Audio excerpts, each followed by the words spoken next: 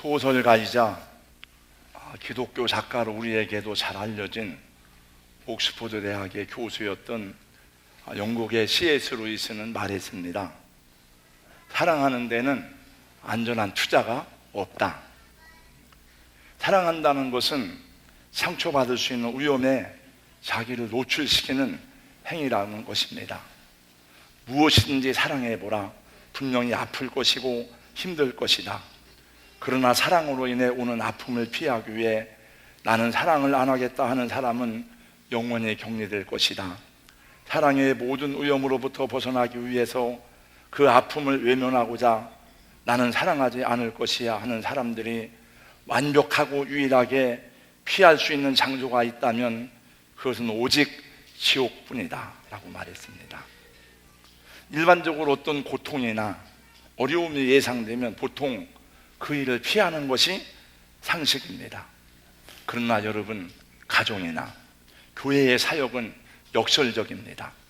고통이나 어려움이 예상된다고 해서 그 사역을 회피한다면 그 교회는 그 자체로 고통과 어려움에 직면하게 되고 병든 가정, 병든 교회가 될 것입니다. 그래서 힘들고 아파도 그 일을 하는 것입니다. 전도하지 않으면 육신은 편안하지만 마음은 고통스러울 것입니다. 사랑하지 않으면 아픔이나 희생은 필요하지 않겠지만 아무도 구원할 수 없을 것입니다. 기도하지 않아도, 사랑하지 않아도, 전도하지 않아도, 섬기지 않아도 아무런 고통이나 아픔을 느끼지 못한다면 이보다 더 절망스러운 불행은 없을 것입니다. 영국의 어느 작은 시골 교회에서 목회를 하던 담임 목회자가 런던의 큰 교회로 청빙을 받아 떠나게 되었습니다. 목사님의 네 자녀는 신이 나서 떠들고 있었고 사모님도 고생스럽던 시골 교회의 생활을 끝내고 도시로 간다는 설레임에 마음이 들떠 있었습니다. 그를 떠나보내는 시골 교회 성도들은 목사님을 붙잡지도 못하고 눈물만 흘리며 떠나는 목사님 가족을 배웅하였습니다. 목사님 가족들과 이삿짐을 태운 트럭이 멀리 시야에서 사라질 때까지 아쉬운 마음으로 그를 바라보았습니다. 그런데 잠시 후에 트럭은 갑자기 방향을 바꾸어서 다시 마을로 돌아오고 있었습니다. 트럭에서 내린 목사님은 사랑하는 형제자매 여러분, 우리 가족은 계속 여러분과 함께 살기로 하였습니다 라고 말하고 힘을 풀고는 교인들과 뜨거운 포옹을 하였습니다. 그날 밤에 목사님은 시를 하나 썼습니다. 주 믿는 형제들 사랑의 사귐은 천국의 교제 같으니 참 좋은 친구라. 하나님 보좌 다 기도드리니 우리의 믿음 소망이 주 앞에 하나이라. 피차의 슬픔과 수고를 나누고 늘 동고동락하면서 참 사랑 나누네. 또 이별할 때에 마음 비록 슬퍼도 주 안에 교제하면서 또 다시 만나리. 이 찬송은 우리가 부르는 221장을 작사한 좋은 파우센 목사님에 대한 이야기입니다. 파우센 목사님은 그 작은 시골 교회에서 47년이나 목회를 하다가 은퇴를 하였는데 후일에 영국의 국왕이 파우센 목사의 시를 읽고 감동을 받아서 왕실로 초청을 하였습니다. 국왕은 파우센 목사님에게 물었습니다. 목사님, 평생토록 목사님을 그곳에 머물게 한 이유가 무엇입니까? 파우센 목사님은 이렇게 대답했습니다. 그들을 사랑하기 때문입니다. 그런 목자를 가진 그 교회 성도들은 얼마나 행복하였을까를 생각해 봅니다. 그렇게 성도들을 사랑할 수 있는 마음을 가진 목사님은 얼마나 행복한 분이었을까 생각됩니다. 참 목자상을 쓴 리차드 박스타는 말하기를 아무리 교회가 커도 사랑이 없는 목회를 한다면 그 목회는 실패인 목회라고 말했습니다. 누군가가 말하기를 이단 중에 가장 큰 이단은 사랑이 없는 기독교라고 말했습니다. 여러분, 노인들에게 가장 어렵고 힘든 것이 무엇이냐고 물으면 어떤 대답이 나올까요? 여러 가지 질병 때문에 힘들고 몸이 아픈 것 때문에 힘들고 마음대로 가고 싶고 먹고 싶은 것을 하지 못하기 때문에 힘들다고 말할 수도 있습니다. 그러나 그보다 더 아프고 어려운 고통이 있다고 합니다. 그것은 고독이고 외로움이라고 합니다.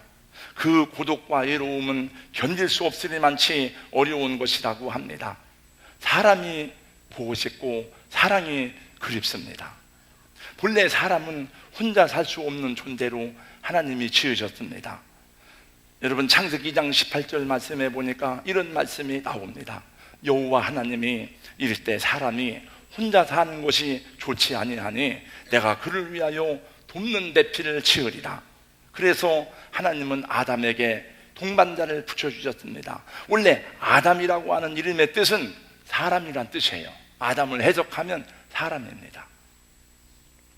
사람으로 이 세상 살아가면서 서로 어깨동무하고 또 서로 위로하고 격려할 친구가 있다는 것이 얼마나 감사한 일인지 모릅니다. 서로 의지할 동반자가 있다는 것이 얼마나 은혜요 축복인지 모릅니다. 부부가 서로 동반자입니다. 부모와 자녀가 서로 동반자입니다. 친구가 서로 동반자이고 목회자와 성도가 서로 동반자입니다. 그런데 그 동반자 중에, 그 동행자 중에 가장 귀한 분이 있으니 누구입니까? 그분이 바로 임마누엘 예수입니다. 주 예수보다도 귀한 분은 없네. 예수 밖에는 없네. 예수가 누굽니까? 예수는 사람 되어 이 땅에 오신 하나님이십니다. 하나님이 성육신 하셨으니 그 이름이 예수이고 임마누엘입니다. 보라, 처녀가 잉태하여 아들을 낳을 것이요 그 이름을 임마누엘이라 하리라고 말씀했습니다. 그 이름을 번역한 즉 하나님이 우리와 함께 계시다 함이라고 성경은 증언하고 있습니다. 임마누엘은 세 단어가 합성되어서 된 말입니다. 임, 함께라는 단어입니다.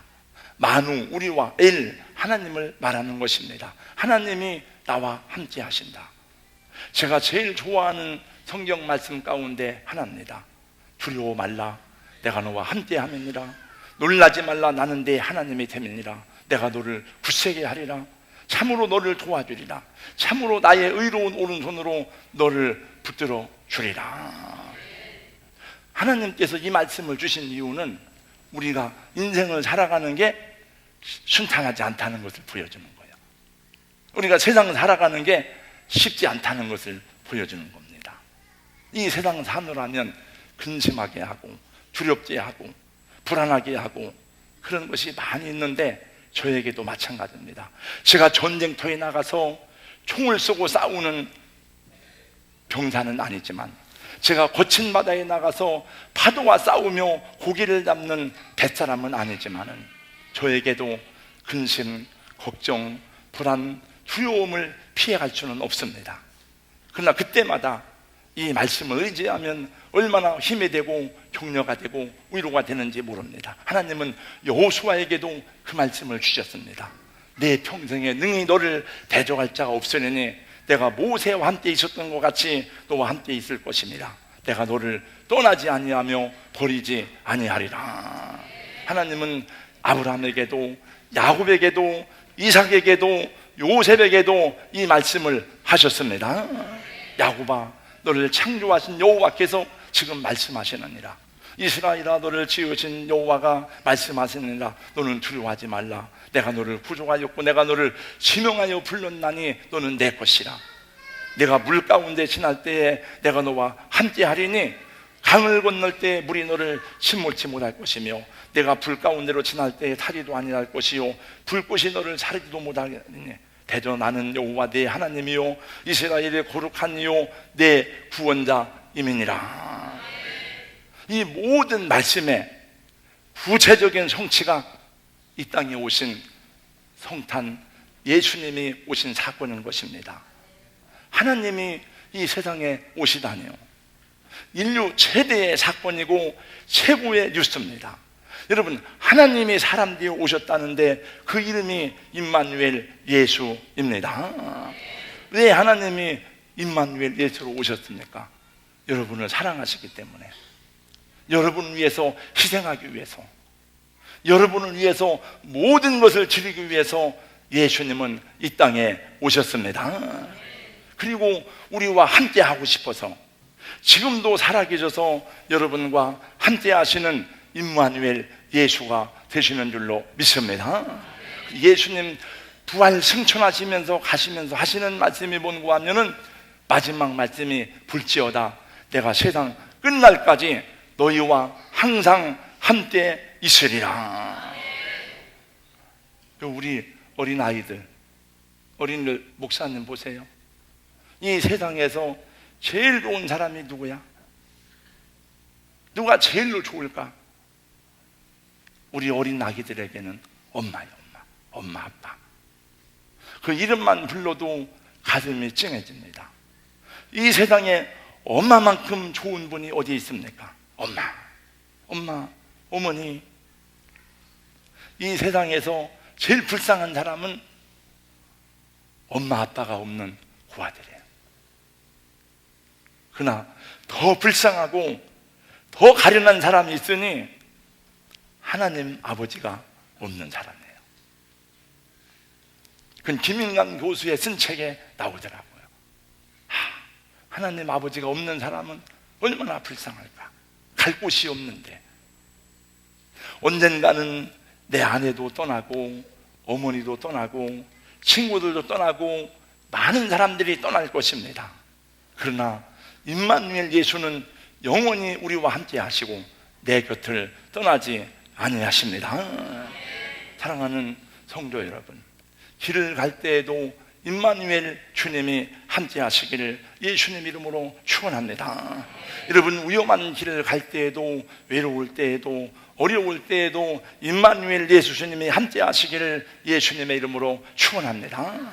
저는 꿈을 많이 꿉니다. 어느 때는 꿈속에서 막 불안하기도 하고 또 어려운 일을 만나기도 합니다.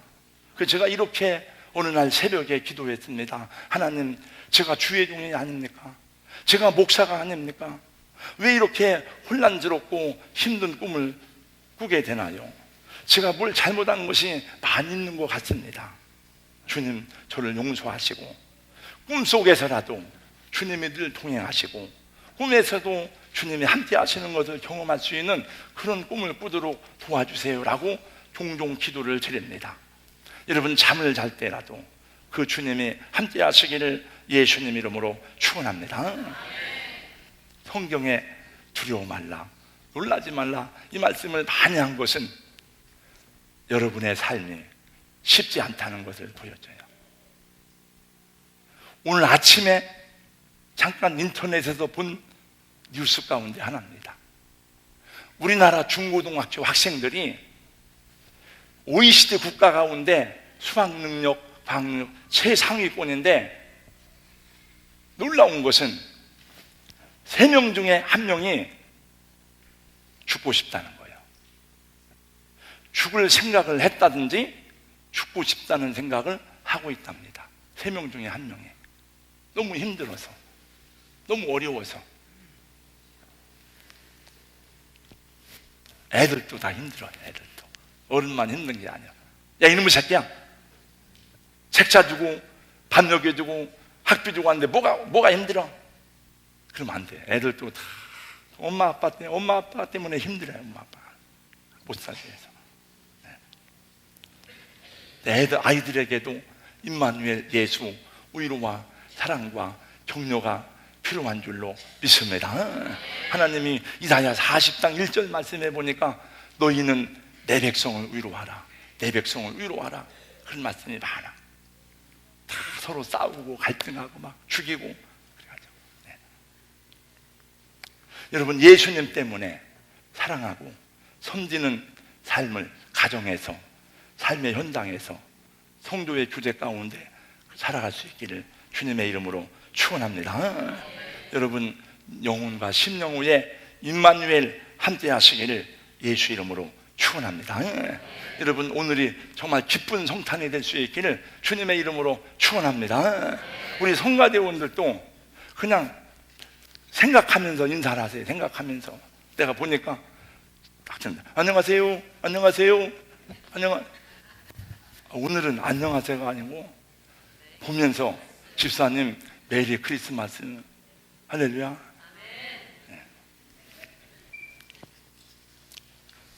임마누엘 예수 평생의 여러분 인생 여정의 동반자가 되시기를 예수 이름으로 축복합니다. 기도하겠어요. 하나님 감사합니다. 오늘 함께 성경에 기록된 말씀을 보았습니다. 아들을 낳으리니 예수라 하라. 이는 자기 백성을 저희 죄에서 구원할 자이심이라고 말씀하셨습니다. 임마누엘 하나님이 함께 하심이라고 말씀하셨는데, 사랑하는 우리 귀한 성도들에게 평생을 함께 하심으로 고단하고 힘겨운 세상살이지만 하나님의 은혜로 평안하며 승리하는 성도의 삶이 되게 하여 주시옵소서. 우리도 예수님의 사랑을 본받아서 화해하고 용서하고 사랑하고 이해할 수 없는 것까지라도 받아들이는 하나님의 사람들이 될 수 있도록 성령님 도와 주시옵소서. 예수님 이름으로 감사하며 기도하옵나이다. 아멘.